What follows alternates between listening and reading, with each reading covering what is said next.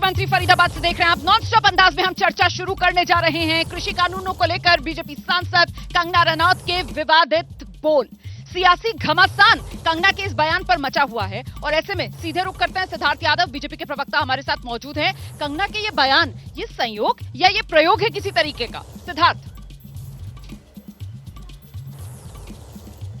देखिए रोमाना जी, भारतीय जनता पार्टी बिल्कुल स्पष्ट कर चुकी है। हमने उस बयान का खंडन कर दिया है।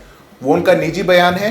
कंगना जी ने स्वयं अपनी वीडियो बना करके इसको स्पष्ट कर दिया है कि ये उनका निजी मत था। भारतीय जनता पार्टी का जो ऑफिशियल मत तीनों कृषि कानूनों पर है वो सबको पता है। पर विपक्ष की समस्या ये है कि जहां हरियाणा में एक और भारतीय जनता पार्टी सभी 24 फसलों पर एमएसपी देने का काम कर रही है और कांग्रेस पार्टी देश भर में ऐसा ना कर पा रही है और हरियाणा के मैनिफेस्टो तक में प्रॉमिस नहीं कर पा रही है, तो कहीं ना कहीं प्रदेश का किसान ये समझ चुका कि जो कांग्रेस हितैषी बनने का एक प्रयास करती है किसानों का, वो बल्कि हितैषी नहीं उनके हकों को छीनने वाली है। और इसीलिए वो इधर उधर कहीं ना कहीं अपने ध्यान को ले जाना चाहते हैं। पर किसानों के असल मुद्दे पर, उनको सहूलियत देने वाले मुद्दों पर, वहां पर किस प्रकार से किसानों को एमएसपी मिल सके, कृषि के क्षेत्र में किस प्रकार से और प्रगति हो सके, कांग्रेस पार्टी का इस बात पे कोई विजन नहीं है और इसीलिए उनकी एक चुप्पी है और अन्य विषयों पर वो बोल रहे हैं। मैं मानता हूं आज हरियाणा के अंदर जो महत्वपूर्ण विषय है रोमाना जी, उस पर ज्यादा चर्चा होनी चाहिए। वो बयान कंगना रनौत का, जिसे वो खुद अपना निजी बयान बता रही हैं, जिससे पार्टी साफ तौर पर किनारा कर रही है, कह रही है हमारा कोई लेना देना नहीं है, तो क्या बेमतलब बेबुनियाद के बयान को कांग्रेस पार्टी चुनाव में फायदा उठाने के लिए तूल दे रही है? सर रोमाना जी, वो कहते हैं ना कि समंदर ये तेरी खामोशी कुछ और कहती है मगर साहिल पे टूटी कश्तियां कुछ और कहती हैं।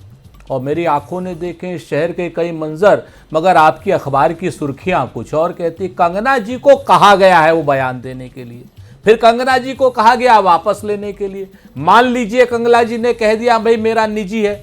नंद किशोर गुर्जर भारतीय जनता पार्टी के विधायक है, उन्होंने आधिकारिक रूप से, मैंने ट्वीट किया उनके वीडियो को, आधिकारिक रूप से कहा कि कंगना रनावत बिल्कुल ठीक कह रही है, भारतीय जनता पार्टी तीनों कृषि कानूनों को वापस लाएगी। ये किसान जो सरहद पर बैठे हुए थे दिल्ली की, ये लोग खालिस्तानी हैं, आतंकवादी हैं, विदेशी फंडिंग एजेंट हैं। ये नंद किशोर गुर्जर भारतीय जनता पार्टी के विधायक हैं। और उसके आगे आप चली जाइए, अभी खट्टर साहब का बयान आ गया। वो कह रहे हैं कि साहब शंभू बॉर्डर पर जो किसान बैठे वो किसान ही नहीं है। वो ये कह रहे हैं कि उग्राहा साहब किसान नहीं है, वो कह रहे डड्डेवाल साहब किसान नहीं है, वो कह रहे चडूनी साहब किसान नहीं है, इनकी यूनियन किसान नहीं है, वो कह रहे चौधरी प्रेम सिंह राणा लालड़ू किसान नहीं है। वो ये कह रहे हैं कि किसान के अलावा सारे शरारती तत्व जो हैं वो पंजाब हरियाणा बॉर्डर पर अंबाला में बैठे हुए हैं। ये मनोहर लाल खट्टर कह रहे हैं और ये सारे के सारे कह रहे हैं कि ये जो अडानी को फायदा देने वाले कृषि कानून हैं ये वापस होने चाहिए। नंद किशोर गुर्जर का साफ साफ बयान है। ठीक है, तो सिद्धार्थ जी, ये जो रोमाना जी मैं जवाब दे देता हूं। बयानों की क्रोनोलॉजी अभी सुरेंद्र राजपूत जी बता रहे हैं, इसके हिसाब से तो फिर सर मंशा पर सवाल उठेगा और कांग्रेस कह ही रही है कि ये बयान कंगना जो दे रही हैं वो दरअसल शय बीजेपी की है। अब भले ही किनारा कर लें, पल्ला झाड़ लें। देखिए रोमाना जी अभी एक शायरी सुना रहे थे सुरेंद्र राजपूत जी, 2 लाइन मैं भी सुना देता हूं। लश्कर भी तुम्हारा है, सरदार तुम्हारा है, तुम झूठ को सच लिख दो, अखबार तुम्हारा है। अब ये झूठ ही फैलाना चाहेंगे तो कहां जाएंगे? आपको मैंने ऑफिशियल खंडन करते हुए बयान बता दिया। भारतीय जनता पार्टी ने अपना स्पष्ट मत दे दिया। हरियाणा के अंदर किसानों के पास जो मूलभूत सुविधाओं की आवश्यकता है, जो मूलभूत मुद्दे हैं, उस पर कांग्रेस पार्टी का कोई स्टैंड नहीं है। बताइए ना क्यों नहीं दे पा रहे एमएसपी, क्यों नहीं वादा कर पा रहे? हमारी सरकार ने सभी 24 फसलों पर एमएसपी दी और आगे देने का वादा किया, उस पर एक शब्द नहीं है। पर किसानों की आड़ पर आकर के अगर राजनीति कांग्रेस पार्टी करना चाहेगी तो मैं मानता हूं इससे दुर्भाग्यपूर्ण कुछ नहीं हो सकता। रोमाना जी, आज इनके खर्ची पर्ची मॉडल को प्रदेश की जनता और प्रदेश का किसान रिजेक्ट कर चुका है। जहां हर चीज में खर्ची पर्ची चल रही हो, जहां दमादों और दलालों का काम चलता हो, वहां क्या होगा? सर इसके मौका बीजेपी के सांसद की तरफ से क्यों दिया जा रहा है बार बार? कंगना रनौत क्या राजनीति में इतनी अपरिपक्व हैं कि वो बार बार इस तरीके के बयान दे रही हैं? पिछली बार भी जब उन्होंने 25 अगस्त की शायद तारीख थी, जब उन्होंने इसी किसान आंदोलन को लेकर रेप और बलात्कार की बात कर दी थी उस किसान आंदोलन में, तब उन्हें फटकार भी लगी थी पार्टी की तरफ से। वो बार बार इस तरीके के बयान क्यों देती हैं जिससे फजीहत पार्टी की होती है? सिद्धार्थ जी।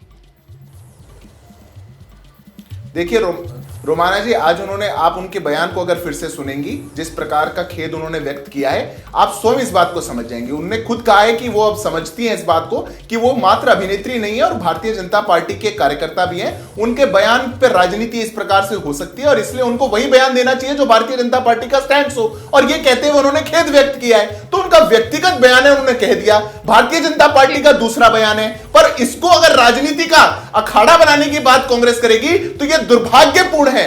हरियाणा में जिनके पास मुद्दे ना हो, विफलताएं भरी पड़ी हो, जिनके पास चुनाव लड़ने के लिए कोई एजेंडा ना हो और जनता को देने के लिए कोई सौगात ना हो, वो इस प्रकार का काम करते हैं और कोई नहीं करता। मैं जवाब देती हूं। तो सुरेंद्र राजपूत जी, सिद्धार्थ यादव ये कह रहे हैं कि दरअसल हरियाणा बीजेपी सरकार, किसान हितैषी सरकार, उसकी घेराबंदी करने के लिए कांग्रेस के पास मुद्दा है नहीं। इसी वजह से एक ऐसा बयान जिसे हर तरफ से खारिज किया जा रहा है, खुद जिसने वो बयान दिया वो उसको अपना निजी बयान दे रही है, बरकरार दे रही है, बावजूद इसके आप लोग उसे हवा देने की कोशिश कर रहे हैं। रोमाना जी, थोड़ा समय दे दीजिएगा। मैं पहले आपको बता दूं, 750 किसानों की हत्या करने वाली भारतीय जनता पार्टी आज की डेट में किसान हितैषी होने की बात कर रही है।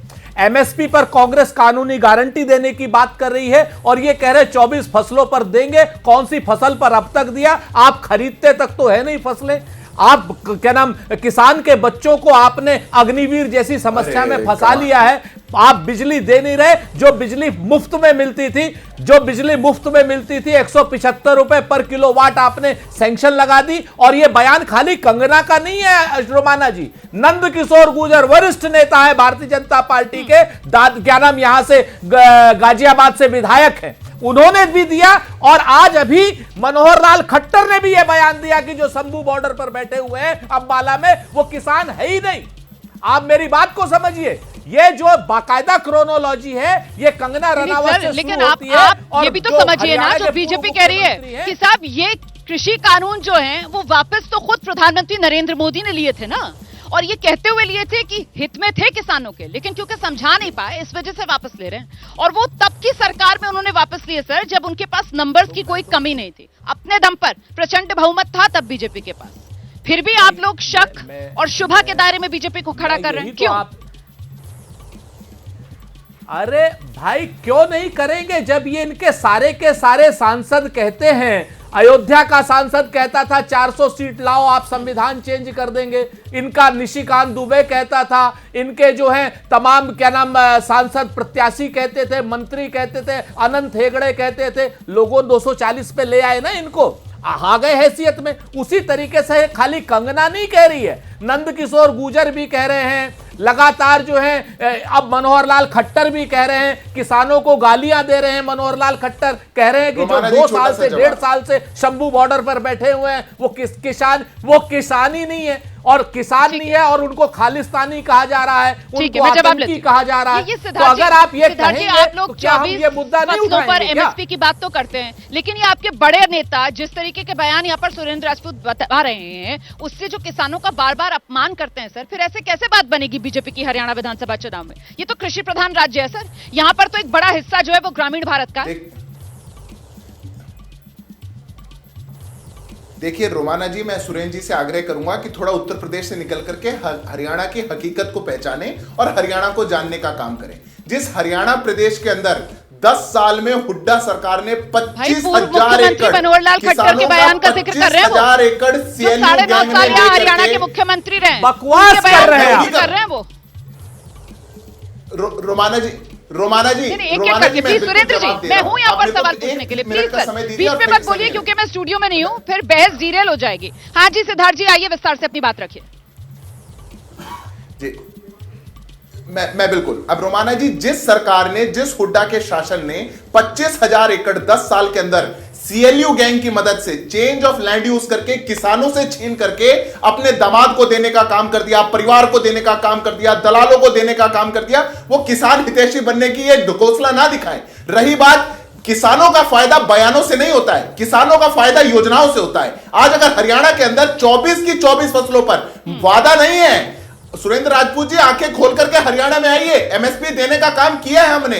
डायरेक्टली बैंक अकाउंट में पैसा पहुंचाने का काम ये किया तो ठीक है, जो आप कह रहे हैं मैं इस पर जवाब देने का देती काम हूं। किया मैं हमने। सुरेंद्र रॉयल राजपूत जी कार्ड से देने जवाब का दूंगी काम इस किया पर, हमने। क्योंकि ये तो प्रधानमंत्री नरेंद्र मोदी ने भी आज मंच से कहा ना कि हरियाणा में कांग्रेस के राज में क्या होता था, दलालों और दामादों उन्हीं को फायदा पहुंचाने के लिए सरकार काम करती थी। सुरेंद्र राजपूत जी, अपना राजपाट भूल गए आप? कांग्रेस का 10 साल का शासन हरियाणा का।